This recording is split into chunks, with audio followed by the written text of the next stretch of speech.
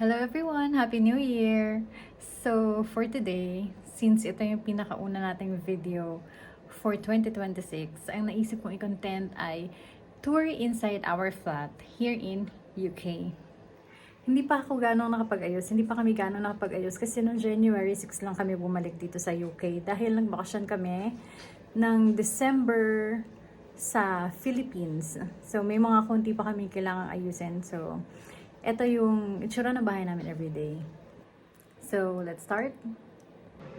So, yan. Nakatayo na ako ngayon dito sa entrance. Ito yung entrance door pala namin. Ayan. Ayan. From there, makikita nyo na yung tatlong pintuan. Ito yung first, ito yung second. Actually, apat pala. Ito yung third and fourth. So, dito muna tayo sa first na door. First bedroom. Etong flat pala namin ay may 2 beds. So, ito yung maliit na bedroom. Dati dito nakakwarto yung anak namin. Pero, yan, dahil nakiusap siya na dun muna makikwarto sa amin, nilipat namin yung bed niya. So, dito namin nilalagay yung mga luggage, yan, yung wardrobe. At dito rin o-office yung husband ko kapag work from home siya. Dahil sa isang week, may 3 days siyang on-site and 2 days doon ay work from home. Ito ay hindi pa namin na iaayos. So, hindi ko alam paano siya i-dispose pa. Si husband na bahala dyan. Ito mga bag namin, ito yung ginamit namin na nag-travel kami sa Philippines. So, hindi pa rin namin siya na iaayos. Hindi ko gaanong ginagalaw tong room na to. Kasi nga ginagamit siya ng husband ko sa pagtatrabaho. So, kung may mga kalat, hinahayaan ko lang siya, inaayos ko lang. Pag umuwi siya, doon ko na tinatanong kung itatapon na ba. So, yan. First bedroom. Ito naman yung second bedroom. Open natin light. Decent size na rin siya. So, yan. Kasya ang double bed. Double bed to at saka single bed. Etong mga clothes na to ay for disposal na rin. So, hindi pa namin sure kung paano i-dispose or kung bibigay ba sa charity, kung pwede ba siyang ibigay doon. Yan. May iba kaming mga gamit dito. Yan. Yan. Mahilig kami sa mga sabit kasi mahirap siya pagkasya yun sa isang wardrobe lang. So, dito kami at dito si son. Kasi hindi pa naman siya teenager. So, pumayag kami na makikwarto muna siya sa amin. Pero kapag nag-teenager na siya, kailangan niya nang lumipat dun sa room niya. Ito yung view nga pala namin outside. Yan. So, dun yung parking. Sa area na yun. Dun kami dati nakatira. Yun yung entrance ng dati naming flat. At hindi ko pa nga natatanggal to. So, 2 beds, kaya siya. Decent size naman siya. Okay na rin. Kung kayong dalawa lang yung nakakwarto dito. Pero medyo masikip nga siya kung kasama niya yung anak niya sa loob. But, it's fine. Let's close it. Ayan, dito namin nilalagay yung mga shoes. Kasi, diba, Filipino thing, bawal magpasok ng shoes sa loob ng house. And, nagsabit din kami dyan para sa mga coats, sa mga... Ito kasi, ano lang to, parang storage area. So, mga kalat-kalat, ganun. Yan lang talaga siya. So, nandito yung boiler. Nando doon sa likod. Boiler ng water. And, ito yung susunod na door. Ito na ang toilet and bath. Maliit ang napansin ko, maliit ang mga toilet and bath dito sa UK. Or at least sa mga flats. No? Ayan. Pero kompleto naman siya. Ayan, may sink naman dito. Okay din kami kasi may ganito. Yung towel rail. So, mainit din siya.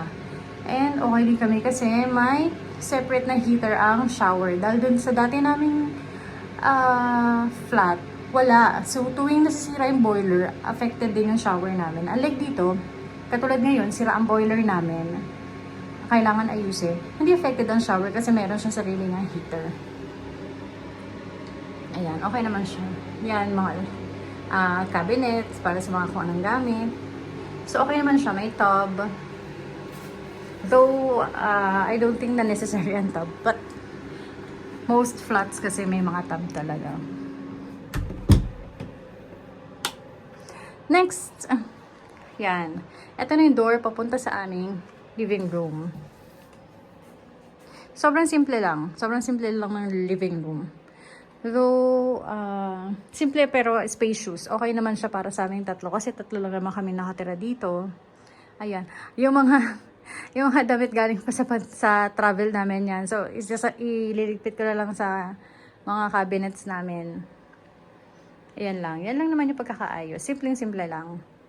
At yung favorite spot ko dito sa bahay, mahilig ako umupo dyan kasi tapat siya ng heater.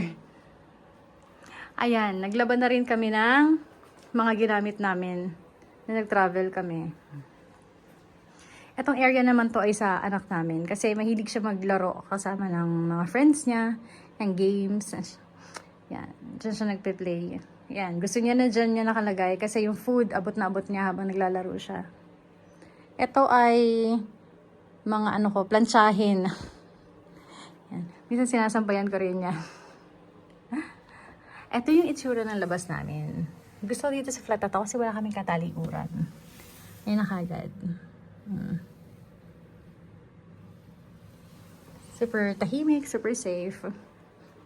Ito naman ang mga tupiin ko. Hindi ko pa nasasalansan.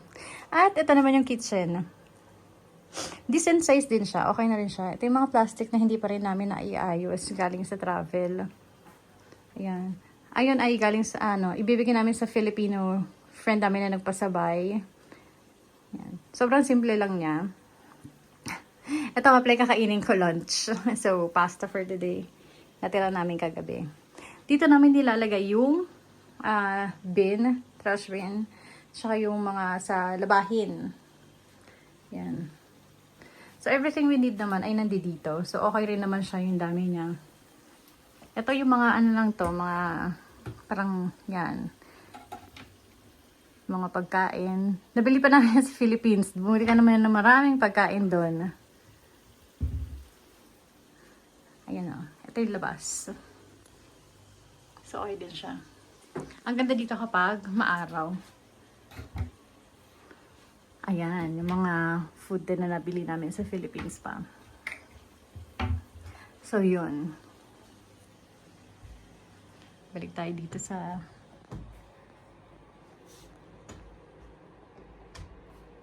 ayan, ang kabuuan. Ito na yung dining namin kasi tatlo nga lang kami. Ito na yung living room. Ayun yung sa anak namin, space ng anak namin. Yan. Ito yung storage area, yung boiler kung nasaan. Ito yung toilet and bath. Ito yung entrance. Ito yung first bedroom. Ito naman yung second bedroom. So, magkano nga ba ang rent namin dito?